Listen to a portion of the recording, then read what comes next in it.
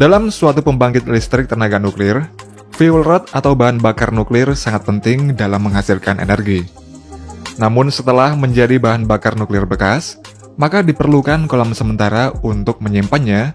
Kemudian seiring berjalannya waktu, kolam yang awalnya bersih ini menjadi kotor, sehingga diperlukan proses pembersihan oleh para penyelam.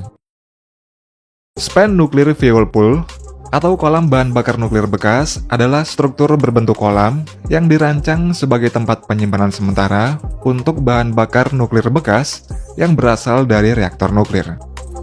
Fuel rod atau bahan bakar yang digunakan dalam reaktor nuklir menghasilkan energi melalui reaksi fisi, namun setelah berada di dalam reaktor nuklir selama 3-6 tahun, maka fuel rod akan mengalami penurunan jumlah isotop, sehingga tidak lagi efektif dalam menghasilkan energi. Karena itu bahan bakar diganti secara berkala dengan yang baru.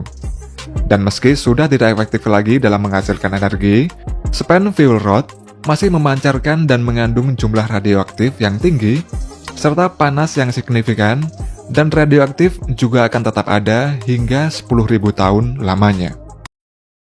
Oleh sebab itu, bahan bakar bekas tidak bisa dibuang di sembarang tempat. Diperlukan tempat khusus untuk menyimpannya, yakni pada Spent Nuclear Fuel Pool atau kolam bahan bakar nuklir bekas. Kolam ini merupakan tempat penyimpanan sementara. Nantinya dari kolam, Spent Fuel Rod akan dipindahkan ke fasilitas penyimpanan jangka panjang. Kolam ini biasanya terletak di dekat reaktor nuklir, dan air pada kolam juga berfungsi untuk mendinginkan bahan bakar bekas, mencegah pelepasan radioaktif, serta resiko kebakaran. Selain itu, air pada kolam juga berperan sebagai pelindung biologis, di mana hidrogen pada air kolam akan menyerap dan membelokkan radiasi yang memantul dari bahan bakar nuklir bekas. Suhu air di dalam kolam ini juga relatif hangat. Hal ini dikarenakan air dipompa secara terus-menerus untuk mendinginkan panasnya bahan bakar nuklir bekas di dalamnya. Namun jika air ini tidak diganti, maka suhu air akan meningkat secara signifikan dan perlahan akan menguap seiring berjalannya waktu. Dari banyaknya kolam bahan bakar bekas yang ada di dunia, kolam di Sellafield merupakan tempat yang terkontaminasi radioaktif paling berbahaya di Eropa. Sellafield adalah sebuah kompleks industri nuklir di pesisir barat laut Inggris. Kolam penyimpanan bahan bakar bekas adalah salah satu bangunan tertua di kompleks Sellafield yang dibangun pada 1940-an. Setelah puluhan tahun, bangunan untuk menyimpan limbah radioaktif di Sellafield banyak yang mengalami kerusakan dan kebocoran karena usia bangunan. Ditambah lagi proses maintenance pada kolam penyimpanan bahan bakar bekas nuklir di tempat ini terakhir dilakukan pada tahun 1958. Hal ini menyebabkan kolam penyimpanan beserta air di dalamnya menjadi terkontaminasi akibat limbah nuklir di dalamnya, sehingga diperlukan proyek pembersihan dan perawatan pada kolamnya. Total biaya proyek pembersihan dan perawatan seluruh tempat ini mencapai 54 miliar pound sterling atau sekitar lebih dari 1.000 triliun rupiah, dan diperkirakan jumlah tersebut akan terus bertambah. Proyek pembersihan dan perawatan ini mencakup penelitian pada limbah nuklir, kemudian pembangunan infrastruktur pelindung, serta melakukan pembersihan pada kolam. Karena sudah sangat lama, sehingga di dalam kolam banyak terdapat lumpur akibat korosi dari selongsong pelindung bahan bakar nuklir.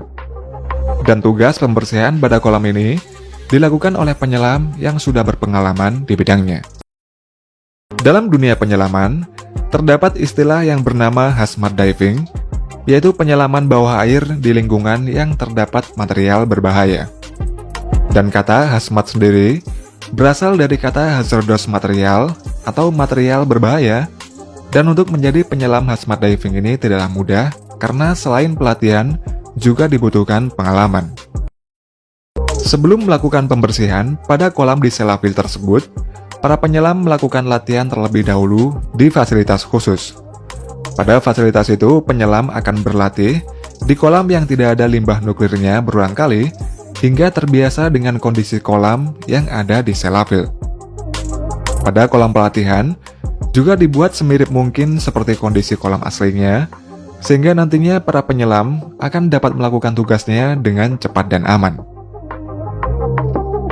Sebelumnya dalam proses pembersihannya, dilakukan menggunakan ROV yang dikendalikan melalui remote control. Pembersihan dengan ROV tersebut berhasil membersihkan sebanyak 3/4 dari limbah nuklir yang ada di dalam kolam. Namun dikarenakan terdapat beberapa area yang sulit dijangkau oleh ROV, sehingga dibutuhkan penyelam agar dapat membersihkan area yang sulit dijangkau. Para penyelam juga menggunakan beberapa sistem pelindung agar tetap aman, seperti kerekan pada penyelam, sehingga jika kondisi darurat, penyelam akan ditarik melalui kerekan tersebut. Serta saat di dalam kolam, penyelam akan berpijak pada alas yang dibuat khusus, sehingga kaki penyelam tidak akan langsung bersentuhan dengan lumpur di dasar kolam.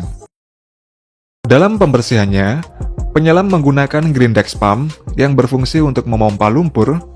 Selain itu, penyelam juga menggunakan picker untuk mengambil serpihan di dalam kolam, lalu dimasukkan ke dalam wadah. Proses pembersihan kolam ini merupakan bagian dari decommissioning, yakni proses penghentian fasilitas nuklir. Proses ini melibatkan tindakan untuk menonaktifkan reaktor nuklir, kemudian membongkar peralatan serta infrastruktur yang tidak digunakan, serta mengelola limbah radioaktif yang dihasilkan.